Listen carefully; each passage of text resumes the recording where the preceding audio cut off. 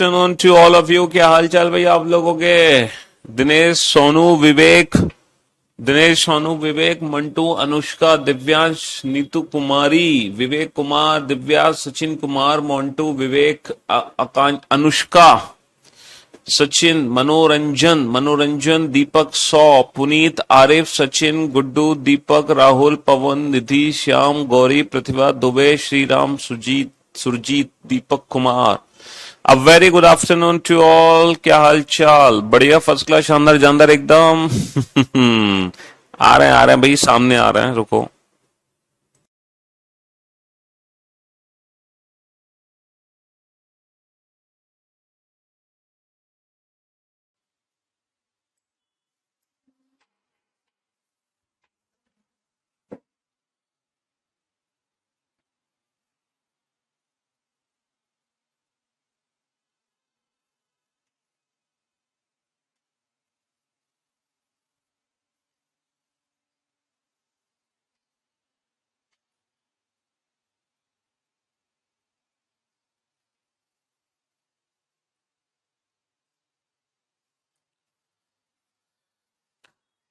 क्या हाल है भाई आप सभी के? बढ़िया, फर्स्ट क्लास, शानदार जानदार एकदम झकास।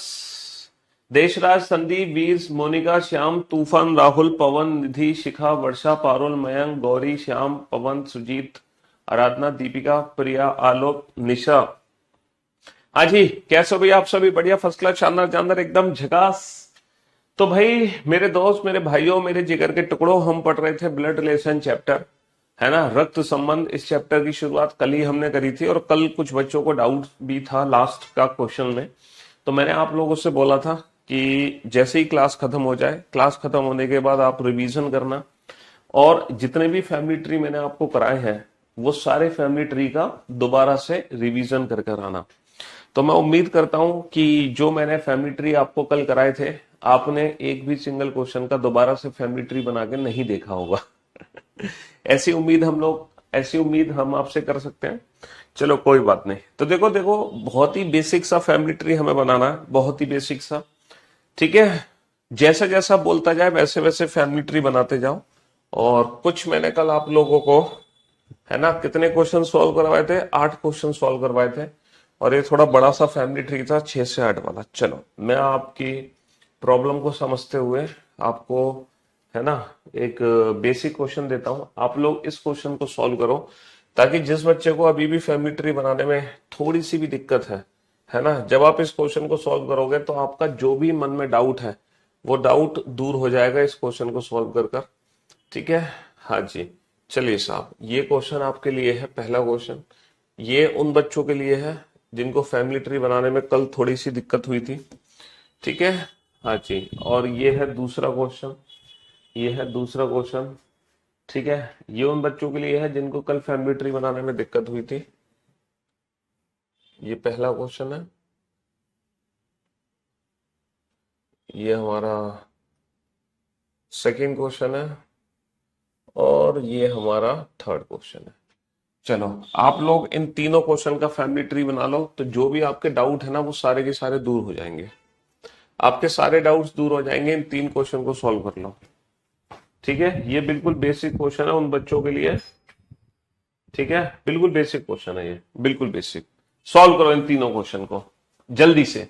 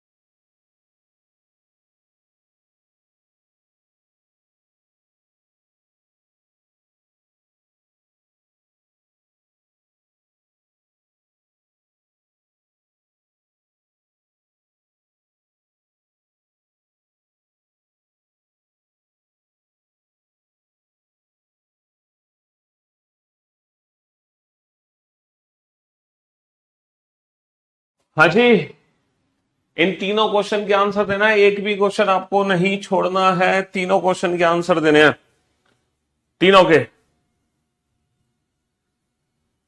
चलो, और ये तीनों क्वेश्चन इसलिए दिए गए हैं ताकि जिन बच्चों को जरा सा भी डाउट था फैमिली ट्री बनाने में, इन तीनों क्वेश्चन को सॉल्व करने के बाद सारे बच्चों के जो मन में डाउट हैं, छोटे से लेके बड़े से लेके, वो सारे डाउट्स दूर हो जाएंगे।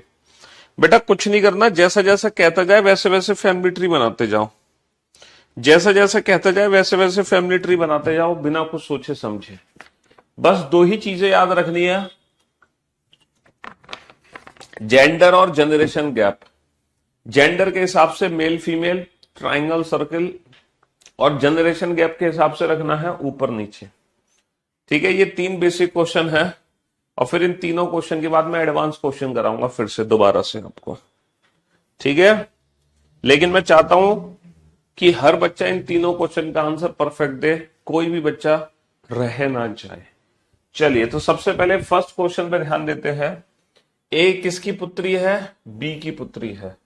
तो ये बताओ, ए अगर बी की पुत्री है तो इसको फैमिली ट्री से कैसे रिप्रेजेंट करोगे? ऊपर किसको रखोगे? ए बी की पुत्री है तो ऊपर रखेंगे बी को, नीचे रखेंगे ए को। अच्छा, जेंडर किसका पता चला हमें, ए का या बी का? सर ए पुत्री है, यानी कि ए सर्कल में बंद कर दो। ए किसकी पुत्री है? बी की। बहुत बढ़िया। बी सी की मां है। अच्छा, बी माता जी है तो सर्कल में बंद कर दो। ये किसकी माता जी है? सी की। तो सी को कहां रखूं मैं? ऊपर रखूं या नीचे रखूं? सर ये सी की मां है तो सी तो नीचे आएगा। ठीक है, डी जो है सी का भाई है। सी का भाई कहां आएगा? सी से ऊपर या नीचे? सर सी का भाई सी के साथ आएगा, और भाई है तो त्रिभुज में बंद कर दो। अब बताओ, किसी भी बच्चे को ये फैमिली ट्री बनाने में कोई दिक्कत, कोई आफत? कोई आफत नहीं। और ये मां है और उसके तीन बच्चे हैं, साफ साफ हमें पता चल गया कि ये माता जी है और उसके तीन बच्चे हैं, एक लड़का है और एक लड़की है, और एक का भी जेंडर हमें पता नहीं है। तो हमसे पूछा है कि डी का ए से क्या संबंध है, how is D related to A. तो हमसे किसके बारे में पूछा है? हु इज डी, डी कौन है? डी का ए से क्या संबंध है, मतलब डी कौन है? ए का। तो भैया ए का कौन है? डी भाई है। अब बताओ, क्या आप लोग इस क्वेश्चन का आंसर नहीं दे पाए? क्या इस क्वेश्चन का आंसर देने में कोई दिक्कत हुई? कोई दिक्कत नहीं हुई। कितना आसान क्वेश्चन है। यही पूरा ब्लड रिलेशन चैप्टर है। ठीक है, यही पूरा ब्लड रिलेशन चैप्टर है। चलिए साहब, P जो है Q का भाई है। P is the brother of Q। अच्छा, P is the brother of Q, तो ऊपर किसको रखूं मैं, P को या Q को? Sir P is the brother of Q, there is no generation gap, तो दोनों को हमें एक साथ रखना होगा। अच्छा, जेंडर किसका पता है हमें? P इज द ब्रदर, तो जेंडर हमें P का पता है, P ब्रदर है तो P को ट्राइंगल में बंद कर दो। कोई दिक्कत? कोई दिक्कत नहीं। R is the mother of Q। R किसकी माता जी है? Q की। R is the mother of Q, तो मैं R को कहां रखूं? Q से नीचे रखूं या Q के साथ? सर क्या मजाक कर रहे हो, माता तो ऊपर आएगी ना, और माता है तो सर्कल में बंद कर दो। अच्छा, S R का पिता है, S is the father of R। S किसके पिताजी हैं? R के। तो R के पिताजी R से भी ऊपर जाएंगे कि नहीं जाएंगे? है ना। और T S की माँ है, S की माँ S से भी ऊपर जाएगी कि नहीं जाएगी? ये तो बहुत बड़ा सा फैमिली ट्री बन गया। तो बताइए कि P का T से क्या संबंध है, how is P related to T। तो ये बताओ, ये P कौन है? ये P कौन है? किसका? T का। तो इसका बेटा है, फिर उसकी भी बेटी है, फिर उसका बेटा है, यानी कि पोती का पोती का लड़का, यानी कि परपोता हो गया। ग्रेट ग्रैंडसन, ग्रेट ग्रैंडसन यानी कि परपोता, ग्रेट ग्रैंडसन यानी कि परपोता हो गया, ग्रेट ग्रैंडसन। बताओ, कोई दिक्कत आई इस क्वेश्चन का आंसर देने में? कोई दिक्कत नहीं आई। बी की बहन है ए, मतलब A is a sister of B. A is a sister of B, तो A is a sister of B, तो ए और बी को एक साथ रखेंगे। जेंडर किसका पता हमें? ए का। ए सिस्टर है तो ए को सर्कल में बंद कर दो।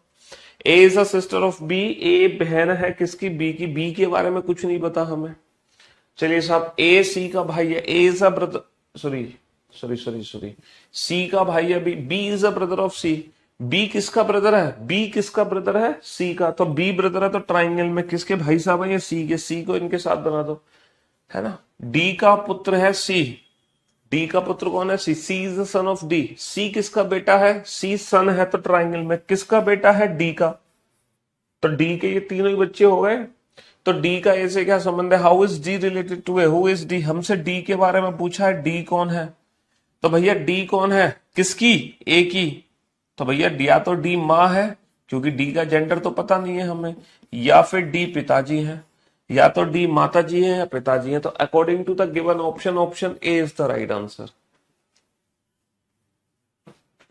अब बताओ कहां दिक्कत आई तुम्हें? है तीनों बेसिक क्वेश्चन, कितने इजी क्वेश्चन है, तीनों ही बिल्कुल बेसिक हैं। और पूछा था यहाँ डी के बारे में, यहाँ पी के बारे में, और यहाँ डी के बारे में। आपको ये पता होना चाहिए कि हमें बताना किसके बारे में है ना? जिसके बारे में पूछा हमें उसी के बारे में बताना है। ठीक है, तो जिन बच्चों ने इन तीनों में से कोई भी एक क्वेश्चन का आंसर दिया, कोई भी एक, वो था गुड। जिसने कोई भी दो क्वेश्चन के एकदम सही आंसर दिया, वो बच्चा था परफेक्ट। और जिसने तीनों क्वेश्चन का आंसर दे दिया, वो बच्चा है सुपर्ब। अब आप देख लो आप किस कैटेगरी में बिलोंग करते हो, आप किस कैटेगरी में बिलोंग करते हो। थर्ड क्वेश्चन में है बी की बहन है ए। बी की बहन है ए, मतलब A is a sister of B. इसको मैं ऐसे भी लिख सकता हूं, ए बी की बहन है, तो थोड़ा सा सेंटेंस में घुमा के लिख दिया।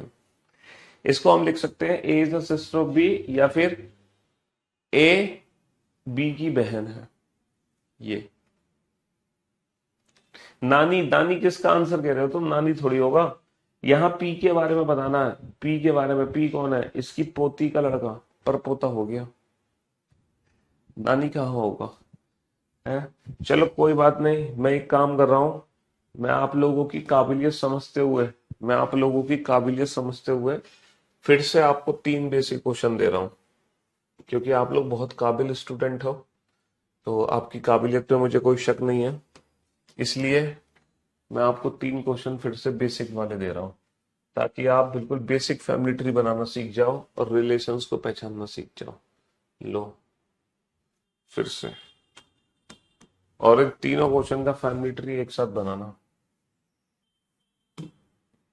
ठीक है, आपकी काबिलियत के हिसाब से फिर से मैं आपको तीन ही बेसिक क्वेश्चन दे रहा हूं। चलिए साहब, सॉल्व करो इन तीनों क्वेश्चन को, और इन तीनों क्वेश्चन का फैमिली ट्री बनाओ, और इन तीनों क्वेश्चन के आंसर दो, किसमें क्या बताना है। कोई बात नहीं, हम 4 दिन में नहीं बेटा, 5 दिन में खत्म कर लेंगे चैप्टर। 5 दिन में नहीं, 6 दिन में खत्म कर लेंगे, लेकिन अल्टीमेट रिजल्ट निकलना चाहिए। मतलब आप लोगों को चीजें क्रिस्टल क्लियर होनी चाहिए और डायमंड क्लियर होनी चाहिए। शुरुआत में फैमिली ट्री बनाने में टाइम लगता है, लेकिन जैसे जैसे हमारी प्रैक्टिस आगे बढ़ेगी, वैसे वैसे फैमिली ट्री बनाना हमारे बाएं हाथ का खेल हो जाएगा। फिर हम कुछ ही सेकंड्स में फैमिली ट्री बनाना स्टार्ट कर देंगे।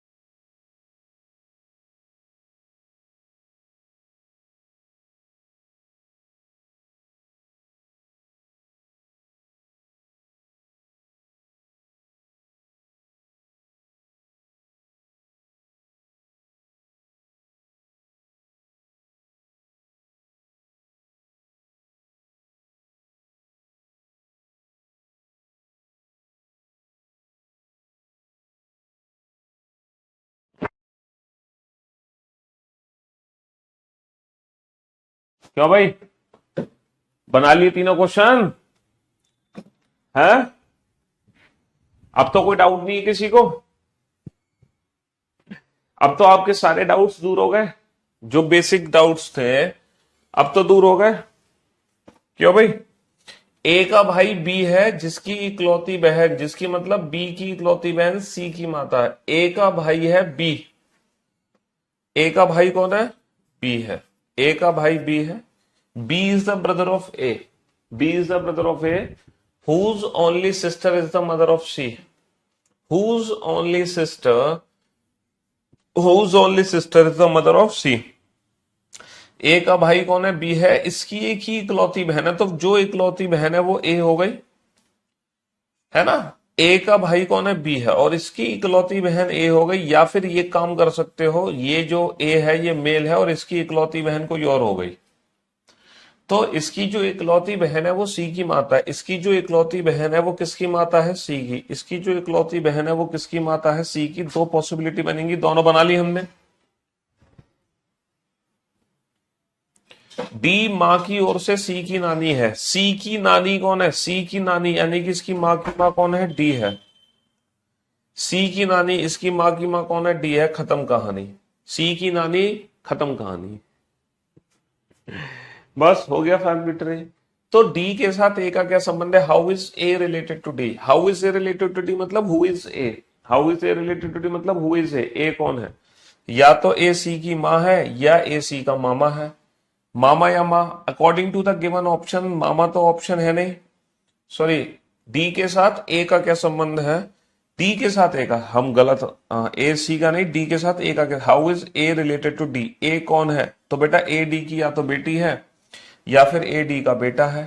तो according to the given option बेटा ऑप्शन दे नहीं रखा, तो हम ऑप्शन बी चूज कर लेंगे, ए डी की पुत्री है। ए डी का पुत्र भी हो सकता है, पुत्री भी हो सकती है, but according to the given option, option B is the right answer. E B की बहन है, E is the sister of B. E sister है तो ई को सर्कल में बंद कर दो। किसकी सिस्टर है? बी की। बी को इसके साथ बना दो। A is the father of C, ए किसके पिताजी हैं? सी के। हमें नहीं पता, ए और सी को अलग से बना लो। A is the father of C. B is the son of C, B किसका बेटा है? सी का। सी का बेटा सी से नीचे आएगा, बेटा है तो ट्राइंगल में बना लो, और इसकी एक बहन भी है, ई के साथ बना दो। तब ए का ई के साथ क्या संबंध है? How is A related to E? या तो इसकी माँ का पिता है, माँ का पिता कौन हो गया? नाना, या फिर इसके पिता के पिताजी हैं, दादा। या तो नाना है या दादा है ना, या तो नाना है या दादा है, यानी कि ग्रैंडफादर। या तो नाना है या दादा है। ए कौन है? ई का, नाना या दादा, ठीक है। सेकेंड पॉसिबिलिटी में, अच्छा बी मेल है, ठीक है भैया, बी मेल है, क्या दिक्कत होगी हमसे, तो क्या परेशानी है? हम्म, चलिए साहब, अगला क्वेश्चन। ए बी का भाई है, A is a brother of B. A किसके भाई साहब है? ए बी के भाई साहब है। ए को बी के साथ बना दो। सी ए की माता जी है, ए की माता ए से ऊपर आ गई। डी सी के पिताजी हैं, सी के पिताजी सी से ऊपर आ जाएंगे। तब ए से डी का क्या संबंध है? How is D related to A? How is D related to A? Who is D? हमसे डी के बारे में पूछा है, डी कौन है? How is D related to A मतलब हु इज डी? डी कौन है? इसकी माँ का पिता। इसकी माँ का पिता मतलब नाना हो गया। डी ए का कौन है? डी ए का नाना हो गया। क्यों भाई, डी ए का कौन है? डी ए का नाना हो गया। अब बता दो दिल पे हाथ रख के, अब तो कोई दिक्कत नहीं है फैमिली ट्री बनाने में। और फैमिली ट्री बनाने के बाद रिलेशन भी तो आइडेंटिफाई कर पा रहे हो, थोड़ा सा उल्टा आंसर दे रहे हो लेकिन कोई दिक्कत नहीं है ना। चलिए साहब, अब आप लोग परफेक्ट तरीके से आंसर दे पा रहे हैं। तो मैंने आज की क्लास शुरू करने से पहले ही आपको ये 6 बेसिक क्वेश्चन करा दिए। ये 6 के 6, पहला दूसरा तीसरा चौथा पांचवा छठा, ये 6 के 6 बेसिक क्वेश्चन थे। कल जो हमने क्वेश्चन किए थे वो कल ठीक ठाक क्वेश्चन थे। पहला क्वेश्चन बेसिक था, दूसरा क्वेश्चन बेसिक था, है ना। हाँ, फिर ये जो क्वेश्चन थे ना, ये 2 क्वेश्चन थे, इन दोनों को देख के तुम घबरा गए थे, लेकिन वो जो घबराहट है वो अब आपकी दूर हो गई होगी, है ना। वो जो घबराहट है, जो आपके अंदर जहन में एक थोड़ा सा कंफ्यूजन हो गया था कि क्या हम फैमिली ट्री नहीं बना पा रहे हैं, वो घबराहट आपके जहन से दूर हो गई होगी। दूर नहीं हुई तो एक और मौका आपको दिया जा रहा है। चलो साहब, एक और 3 क्वेश्चन का मौका दिया जा रहा है। सिलेबस खत्म करने की हमें जल्दी नहीं है, ठीक है। हमें तो बस अच्छा पढ़ाने की कोशिश है कि आपको अच्छा सबसे बेहतर पढ़ाएं, ताकि आप, है ना, कहीं भी किसी एग्जाम में फंस ना पाओ। बस एग्जामिनर क्वेश्चन सेट करने से पहले कहाँ पे कि भैया मैं इसको क्या क्वेश्चन दूं, ये तो सारे क्वेश्चन बना देता है। चलो फिर से ये 3 क्वेश्चन आपके सामने हैं, अगेन आपके पास मौका है, ठीक है। अच्छा मैं ये तो बता दूं, इस बार इन तीनों में से अगर आपने कोई भी एक क्वेश्चन बनाया था, इन तीनों में से अगर कोई भी एक क्वेश्चन बनाया था तो आप परफेक्ट थे। और अगर तीनों में से कोई भी 2 या 3 क्वेश्चन आपने बना लिए थे, देन यू आर सुपर। अब देख लो आप किस कैटेगरी को बिलोंग करते हो, थोड़ा बहुत प्रमोशन हुआ कि नहीं हुआ, यहां से यहां तक प्रमोशन हुआ कि नहीं हुआ है।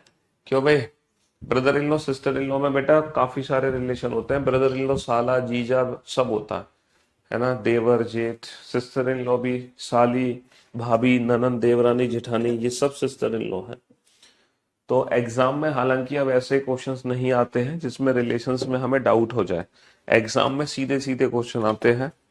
चलिए ये फिर से 3 क्वेश्चन आपके सामने है, समय की चिंता ना करते हुए बस आपका आंसर परफेक्ट आना चाहिए, ठीक है। मैंने कल बताया तो था ए का बी से क्या संबंध है, तो हमें ए के बारे में बताना है, how is A related to B, तो ए के बारे में हमें बताना है।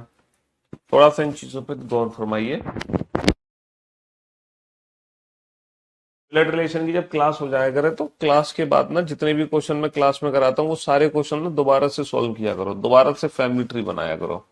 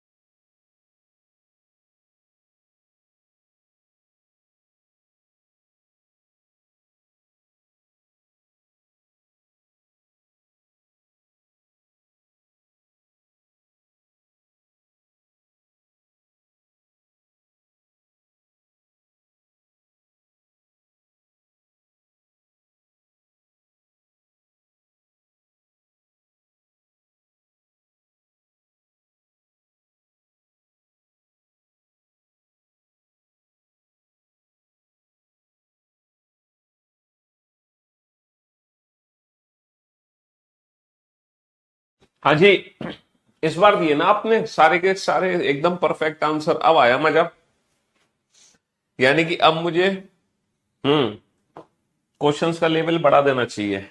अब आया असली मजा, अब आए सबके आंसर एकदम परफेक्ट। बहुत बढ़िया। ए बी की बहन है।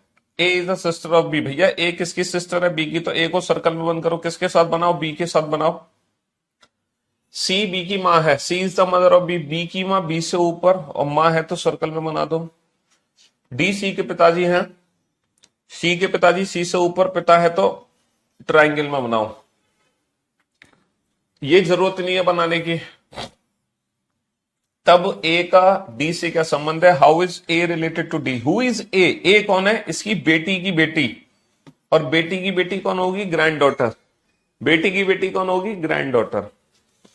F is the brother of A. F किसके भाई साहब है? एफ ए के भाई साहब है, तो एफ को ए के साथ बना दो, एफ को ट्राइंगल में बंद कर दो। सी इज द डॉटर ऑफ ए की बेटी कौन है? सी, सी को सर्कल में बंद कर दो। के is the sister of F. F की बहन कौन है? के को सर्कल में बंद कर दो। जी इज द ब्रदर ऑफ सी। सी का भाई कौन है? जी, जी को सी के साथ बना दो। Who is the uncle of G? G के अंकल। बेटा हर कीमत पे जी के अंकल कौन होंगे? जी के अंकल एफ होंगे। अगर ये माँ है तो मामा है, अगर ये पिता है तो पिता के भाई चाचा। मामा या चाचा जो भी बनेंगे वो एफ बनेंगे। जी के अंकल सिर्फ और सिर्फ F. C is the wife of B. C पत्नी है, किसकी पत्नी है? बी की। तो इनकी शादी करा दो, किसके साथ करा दो? बी के साथ। ई सी का बेटा है, सी का बेटा सी से नीचे आ जाएगा, बेटा है तो ट्राइंगल बंद कर दो।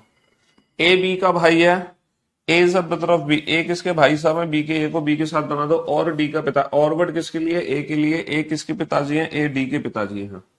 ई का डी के साथ क्या संबंध है? How is E related to D? इसके चाचा का लड़का है, कजन, चचेरा भाई। आप कमेंट्स नहीं देखते हो, कमेंट्स ही नहीं देख रहे हो, रिप्लाई नहीं दे रहे। भैया हम पढ़ाएं कि तुम्हारे कमेंट्स की रिप्लाई दे? जो जरूरी कमेंट्स होते हैं वो कोशिश करता हूँ। और फिर देखो जब मैं क्वेश्चन सॉल्व करवा रहा हूँ, सॉल्व करवाते समय तो वैसे भी कमेंट्स पे ध्यान नहीं दूंगा।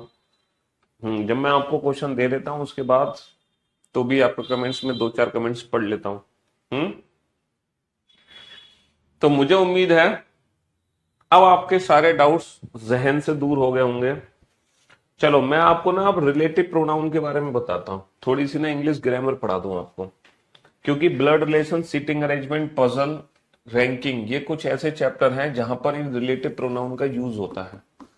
और इन रिलेटिव प्रोनाउन के बारे में आपको पता होना चाहिए। कंजंक्शंस बेसिकली बोल देते हैं A is the brother of B, comma comma and is the father of C. एक second. A is the brother of B, comma and C is the father of D, and C is the father of D. ठीक है, लिखो। ए B का भाई है, ए B का भाई है, और सी डी का पिता है, और सी डी का पिता है। पहला सेंटेंस तो ये है। दूसरा सेंटेंस है A is the brother of B, comma and is the father of C, and is the father of D, and is the father of D. है ना? दूसरा सेंटेंस लिखो बेटा। ए बी का भाई है, ए बी का भाई है, कॉमा और डी का पिता है, और डी का पिता है। यहां पर जो एंड वर्ड है ना, ये कंजंक्शन है, ये रिलेटिव प्रोनाउन है। यहां पर जो एंड वर्ड है ये फुल स्टॉप है। ये एंड वर्ड फुल स्टॉप है। ये दो अलग अलग कथन है, लेकिन ये जो एंड है ना, ये फुल स्टॉप नहीं है ये, क्योंकि ये सिंगल स्टेटमेंट है। ये एक अकेला कथन है। यहाँ पे दो कथन है, यहाँ पे एक कथन है। A is a brother of B, comma who is the father of C, who is the father of D. ठीक है। ए बी का भाई है, कॉमा जो कि डी का, जो कि डी का पिता है, जो कि डी का पिता है। मैं आपकी रिकॉर्डेड क्लास देखता हूं सर और मुझे कभी डाउट नहीं आया, थैंक यू सो मच। चलिए शुक्रिया। अब आप इन तीनों सेंटेंस को ध्यान से देखो, ये इंग्लिश ग्रामर के 3 सेंटेंस है। इंग्लिश ग्रामर, आपने इंग्लिश ग्रामर में कंजंक्शन रिलेटिव प्रोनाउन का जिक्र सुना होगा। कंजंक्शन का काम होता है दो कथनों को जोड़कर एक बना देना। तो यहां पर जो एंड और हु है ना, ये कंजंक्शन का काम कर रहा है। ये तो बेटा, ये जो एंड है ये तो फुल स्टॉप है। ये तो दो अलग अलग सेंटेंस है। A is a brother of B, A B का भाई है, and C is the father of D, and C is the father of D. ये तो दो अलग अलग कथन है, इसमें तो कोई दिक्कत ही नहीं है, इसमें तो कोई दिक्कत नहीं है। दिक्कत यहां आती है हमें, A is a brother of B, A is a brother of B, A B का भाई है, A is a brother of B and is the father of D. अब डी के पिताजी कौन है, ए है या फिर बी है। ये फर्स्ट पर्सन है, ये सेकंड पर्सन है, ये सब्जेक्ट है और ये ऑब्जेक्ट है। तो ये जो एंड वर्ड होता है ना, ये हमेशा फर्स्ट पर्सन को रिप्रेजेंट करता है, यानी कि सब्जेक्ट को रिप्रेजेंट करेगा। A is the brother of B and is the father of D, मतलब A is the father of D. भैया ए बी का भाई है और डी का पिता है, और डी का पिता है मतलब और किसके लिए होगा, first person second person. A B का भाई है और डी का पिता मतलब ए ही डी का पिता है। ए ही बी का भाई है और डी का पिता मतलब ए ही डी का पिता है, मतलब ए ही डी का पिता है, A is the father of D. तो यहां पर जो एंड वर्ड आएगा ना, है ना, यहां पर जो एंड वर्ड आएगा, ठीक है, यहां पर जो एंड वर्ड आएगा वो फर्स्ट पर्सन ए को रिप्रेजेंट करेगा, जो और है एंड, ठीक है। तो एंड की जगह एग्जाम में और कौन कौन से वर्ड आ सकते हैं, एंड की जगह वाइल आ सकता है, वाइल, बट आ सकता है, बट, या फिर सिर्फ कॉमा भी आ सकता है, और, जबकि, लेकिन, किंतु, परंतु। ये जो सारे वर्ड्स है ना, ये हमेशा फर्स्ट पर्सन को रिप्रेजेंट करते हैं, फर्स्ट पर्सन यानी कि सब्जेक्ट को। ये हमेशा फर्स्ट पर्सन के लिए होंगे, फर्स्ट पर्सन को रिप्लेस करेंगे, है ना, फर्स्ट पर्सन को ही ये रिप्लेस करेंगे। A is the brother of B and is the father of D, मतलब A is the father of D. A B का भाई है और डी का पिता मतलब ए ही डी का पिता है। अब आ जाओ next, A is a brother of B, A B का भाई है, A is a brother of B, A B का भाई है, comma who is the father of D. तो बेटा ये जो हु वर्ड है ना, हु वर्ड हमेशा हु से ठीक पहले जो आएगा ना उसके लिए होता है। हु वर्ड हमेशा किसको रिप्रेजेंट करता है, जो कि, जो कि मतलब सेकंड पर्सन को रिप्रेजेंट करता है। ए बी का भाई है, कॉमा जो कि डी का पिता है, ए बी का भाई है, कॉमा जो कि डी का पिता है मतलब बी डी का पिता है। B is the father of, B is the father of D. तो एग्जाम में अगर हु वर्ड आ जाए, हुम आ जाए, हुज आ जाए, डेट आ जाए और विच आ जाए, तो ये किसके लिए होते हैं, ये सेकंड पर्सन ऑब्जेक्ट के लिए होते हैं। उसको रिप्लेस करते हैं, उसको ये एज ए सब्जेक्ट बना देते हैं। ये पहले सेंटेंस के ऑब्जेक्ट को दूसरे सेंटेंस में सब्जेक्ट बनाते हैं, और ये पहले सेंटेंस के सब्जेक्ट को दूसरे सेंटेंस में सब्जेक्ट बना रहे होते हैं, समझ रहे हो। तो अब आगे से इसमें कंफ्यूज मत होना, क्योंकि ये सेंटेंसेस सीटिंग अरेंजमेंट में बहुत होते हैं, पजल में बहुत होते हैं, और ब्लड रिलेशन चैप्टर में भी। तो अगर आपको इनका बेसिक मीनिंग नहीं पता तो आप सारे क्वेश्चंस गलत कर दोगे, ठीक है। तो ये थोड़ा सा इंग्लिश ग्रामर का रूल था, जो मैं समझता था कि आपको पहले से पता था, बट मैंने थोड़ा सा रिवीजन करवा दिया आपका, ठीक है। वीओडी से पढ़ गए तो लाइव पढ़ने की जरूरत नहीं है, बस मैंने आपका रिवीजन करवा दिया।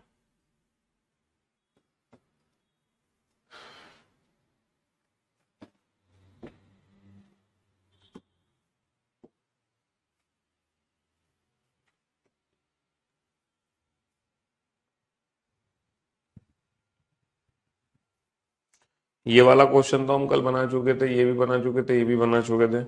चलिए साहब, अब आप इस क्वेश्चन का आंसर दो, है ना। आपने बेसिक बेसिक क्वेश्चन तो सारे बना लिए, ठीक है, ब्लड रिलेशन के। अब थोड़ा सा इंटरेस्टिंग क्वेश्चन देते हैं आपको, थोड़ा सा मजेदार क्वेश्चन। आप सॉल्व करो इन क्वेश्चंस को, अब आएगा मजा, असली मजा।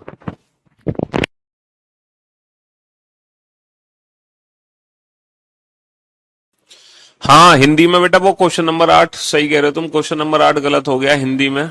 हिंदी में कुछ है, इंग्लिश में कुछ है, तो उसको करेक्ट कर लो, कोई दिक्कत नहीं है बेटा। हु, हुम, हुज, दैट, विच, ये ऑब्जेक्टिव केस होते हैं, ये ऑब्जेक्ट के लिए यूज होते हैं वर्ड। किसके लिए यूज होते हैं? ऑब्जेक्ट के लिए, सेकंड पर्सन के लिए। जिसका, हिंदी में इसको कहते हैं जिसका, जिसकी, जिसमें, जिससे, ये सारे वर्ड होते हैं। जिसका, जिसकी, जिसमें, जिससे, हु, हुम, हुज को। और एंड को हिंदी में कहते हैं और। हिंदी में 8 नंबर क्वेश्चन गलत हो गया है जी सचिन कुमार जी, बिल्कुल करेक्ट कर लेना उसको, कोई बात नहीं, वो छोटी सी गलती थी, कोई दिक्कत नहीं है। रीजनिंग अपडेटेड बुक बेटा 2025 24 नहीं 25 एडिशन आएगी, अब सीधी 25 एडिशन।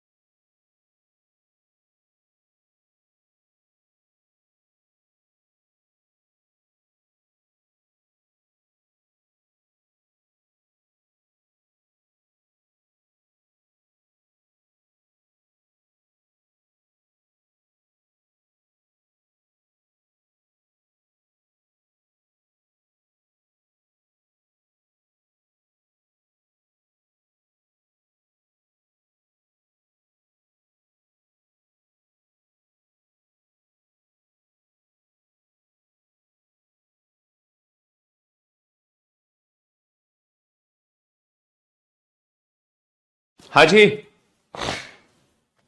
बन गया फैमिली ट्री।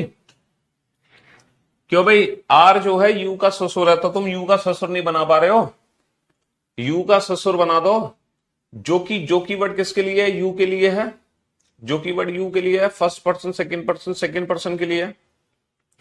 वी की दादी है, यानी कि यू फीमेल है। हमें पता चल गया यू जो है वी की दादी है, तो यू फीमेल है, तो यू फीमेल है। ठीक है, इस आर कौन है? यू का ससुर, इनके ससुर हैं। इसका ससुर मतलब इसके पति का पिता। इसके पति का जो पिताजी हैं वो कौन है? R. R is the father in law of you.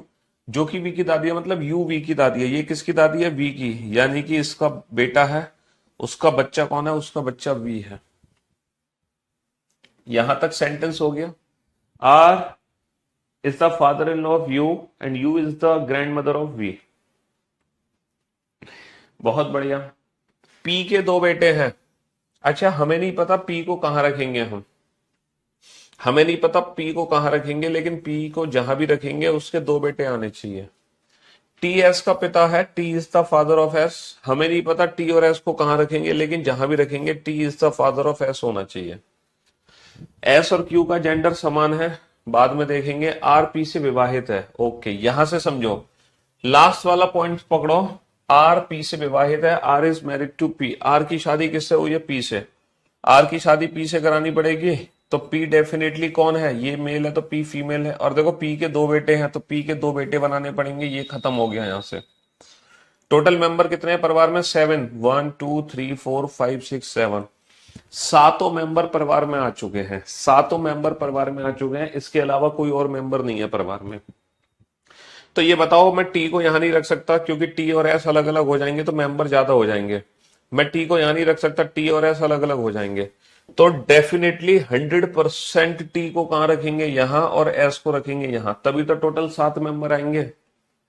और बचा कौन, ये बचा क्यू।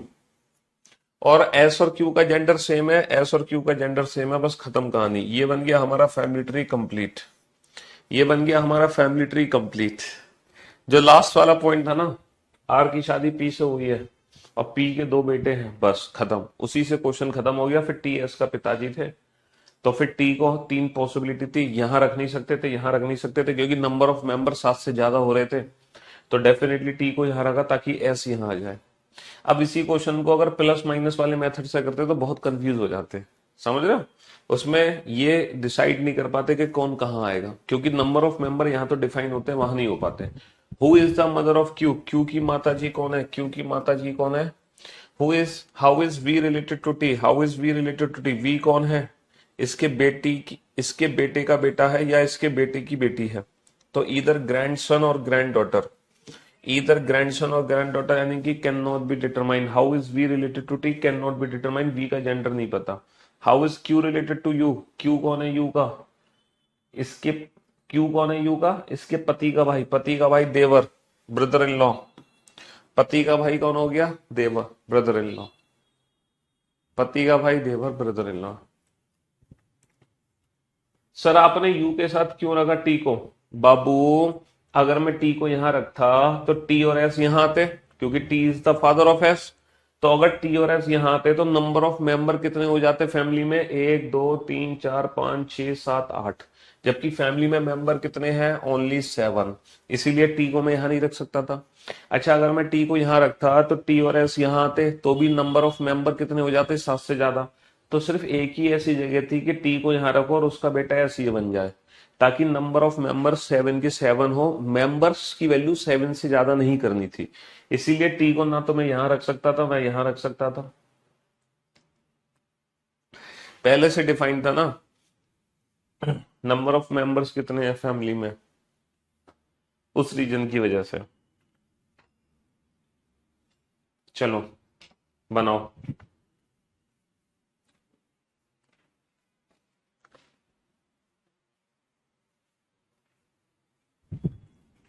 देखो दोबारा से फैमिली ट्री बनाता हूं मैं इस क्वेश्चन का। फैमिली ट्री है, आर यू के ससुर जी हैं और यू वी की दादी है। आर यू के ससुर जी हैं, इनके ससुर जी कौन है, आर, और ये दादी है यानी कि ये फीमेल है। अच्छा ये बताओ अब इसका ससुर कैसे बनाओगे, इसका ससुर कैसे बनाओगे, सर इसके पति बनाओ पहले और पति के पिताजी बनाओगे, तो वही तो इसके ससुर होंगे। यहां तक कोई दिक्कत, कोई दिक्कत नहीं। अच्छा यू किसकी दादी है, बी की, तो इसका बेटा बनाओ और इसका बच्चा कौन है, बी। अब बताओ कोई कंफ्यूजन, 1 2 3 4 5, मतलब पहले ही स्टेटमेंट में 5 पर्सन आ गए, पहले ही स्टेटमेंट में 5 पर्सन आ गए। कोई कंफ्यूजन, कोई कंफ्यूजन नहीं। अच्छा अगला पॉइंट है, पी के दो बेटे हैं, पी के कितने बच्चे हैं, पी के दो बेटे हैं, और टी किसका पिता है, टी एस का पिता है। ये दो पॉइंट थे, है ना। P have 2 sons and T is the father of S. P have 2 sons and T is the father of S, ये अलग से बनाया क्योंकि यहां कनेक्ट नहीं हो सकता अभी। और लास्ट पॉइंट था, R is married to P. R is married to P, R की शादी किससे होनी है, आर की शादी पी से होनी है, तो डेफिनेटली पी फीमेल होगी। और क्योंकि हम जानते हैं पी हैव 2 सन्स, जबकि यहाँ पे एक ही सन है, तो डेफिनेटली एक सन और आना है। अब आप ये बताओ आपको कितने मेंबर्स दिखाई दे रहे हैं फैमिली में, 1 2 3 4 5 6 7, आपको 7 मेंबर्स दिखाई दे रहे हो, 7 ही मेंबर्स थे, यानी कि इसके अलावा अब कोई भी मेंबर नहीं है। तो अब आप मुझे बताओ वी को मैं, अब आप मुझे बताओ मैं टी को कहां रखूं, मैं टी को कहां प्लेस करूं कि मेंबर्स की वैल्यू बढ़े ना। अब आप खुद ही बताओ, मैं अगर टी को यहां रख देता तो T is the father of S, total member कितने हो जाते? 1 2 3 4 5 6 7 8, नहीं रख सकता टी को यहाँ। अगर मैं टी को यहां रख सकता था तो T is the father of S, 1 2 3 4 5 6 7 8, number of member बेटा 7 से ज्यादा हो गए। तो 100% टी को यहां रखोगे, एस को यहां रखोगे, तभी तो नंबर ऑफ मेंबर्स 7 के 7 रहेंगे। और क्यू को यहां रख दो, and S and Q have same gender, बात खत्म, बन गया। बेटा वी का जेंडर हमें नहीं पता, इसके दो आंसर है, V is either grandson of T and V is either granddaughter of T. V grandson भी हो सकता है, ग्रैंड डॉटर भी हो सकता है ना, कंफर्म आंसर नहीं दे सकते ग्रैंड सन। भैया ग्रैंडसन ये सिर्फ और सिर्फ पॉसिबिलिटी वाला आंसर है। अगर मान लो यहाँ पे can not be determine option नहीं होता तो डेफिनेटली हम ऑप्शन ए चूज करते, लेकिन अभी ए चूज नहीं कर सकते क्योंकि ये पॉसिबिलिटी है। तो अब मैं कह रहा हूं कि जिसने, जो चौथी फेल भी बच्चा होगा ना, चौथी फेल, वो भी इस फैमिली ट्री को समझ गया होगा, जो चौथी फेल होगा वो भी, क्योंकि इतना क्रिस्टल क्लियर कंसेप्ट तरीके से जो समझा है ना, इससे बेहतर ही शायद कोई समझा पाए आपको। अब समझ आ गया, thank you so much sir doubt clear करने के लिए, लव यू सर, मजा आ गया sir, thank you so much, you have so much patience. चलिए, बहुत बढ़िया।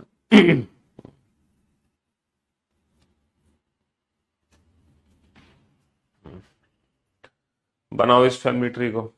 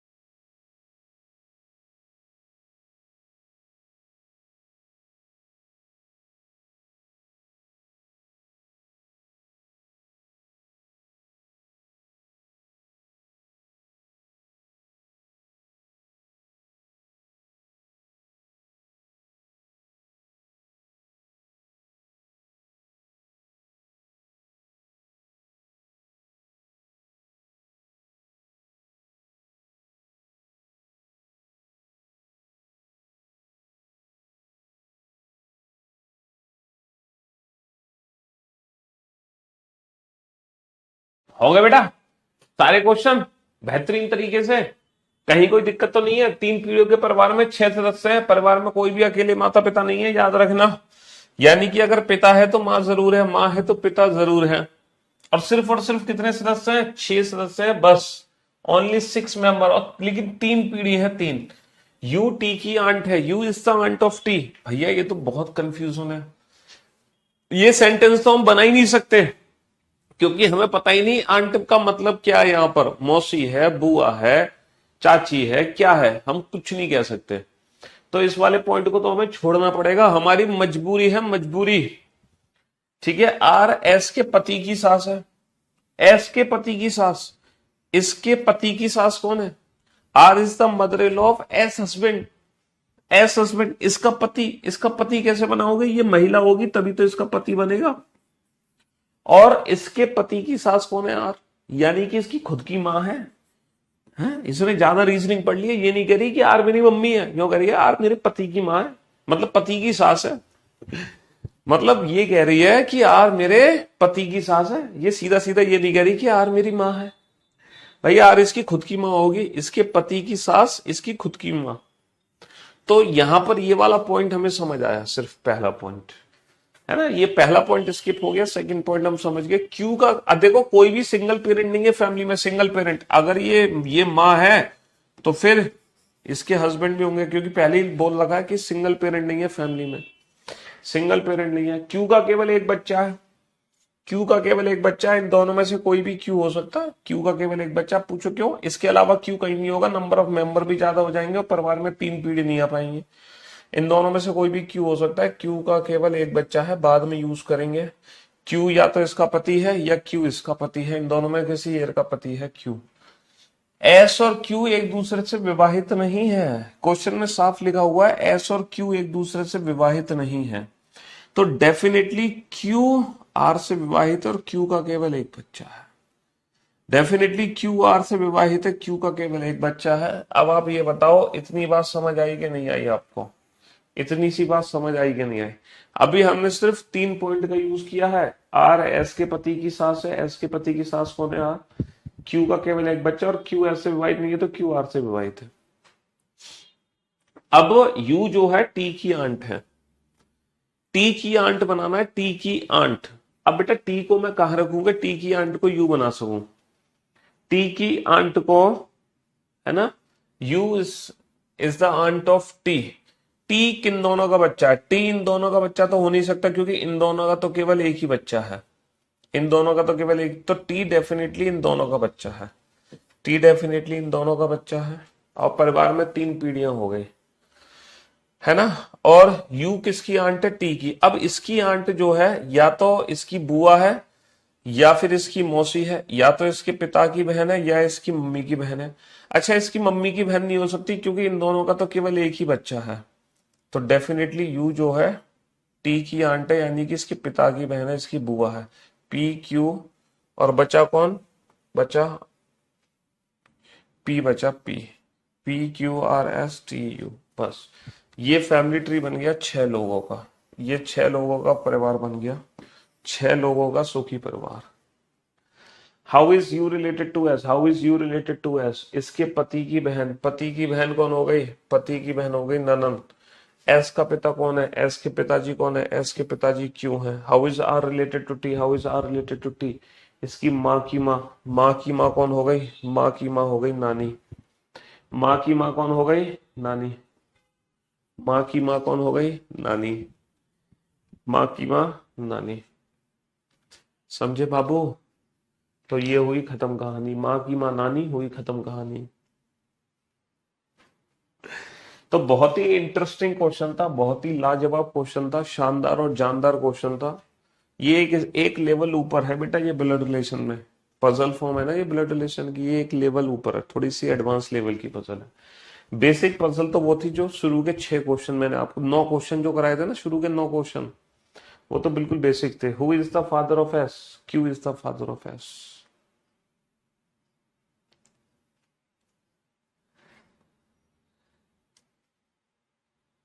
1 2 3 4 5 6 6 मेंबर हो गए।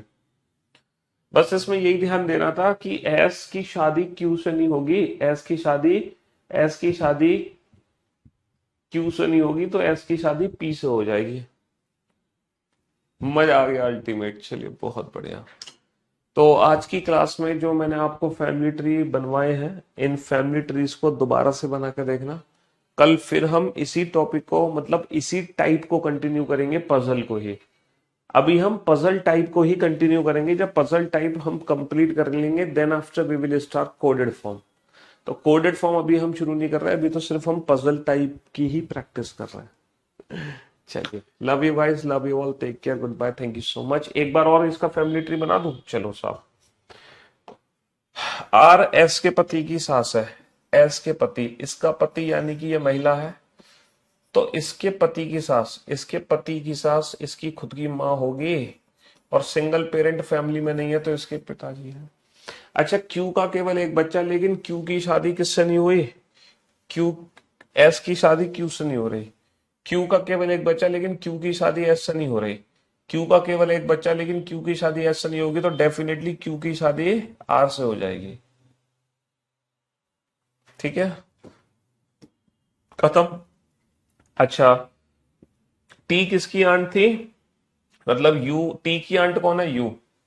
टी की आंट कौन है? टी की आंट कौन है? यू। तो टी की आंटी जी हैं। अब टी की आंटी जी हैं तो टी किसी न किसी का तो बच्चा होगा। टी इन दोनों का तो बच्चा हो नहीं सकता, क्योंकि ये तो सिंगल बच्चा है इनका, तो टी इन दोनों का बच्चा है। अच्छा, इसकी जो आंट होंगी यू, वो इसकी माँ की बहन नहीं हो सकती। क्यों? क्योंकि इन दोनों का केवल एक ही बच्चा है, तो इसके पिता की बहन होगी। U is the aunt of T. खत्म कहानी। ये कौन है? पी। और ये फैमिली ट्री कंप्लीट हो गया। ये फैमिली ट्री हमारा कंप्लीट हो गया। ये फैमिली ट्री कंप्लीट हो गया। बताओ कितनी जल्दी कंप्लीट हो गया है? ये फैमिली ट्री कंप्लीट होगा। समझ रहे हो? चलिए साहब, love you guys, love you all, take care, thank you so much.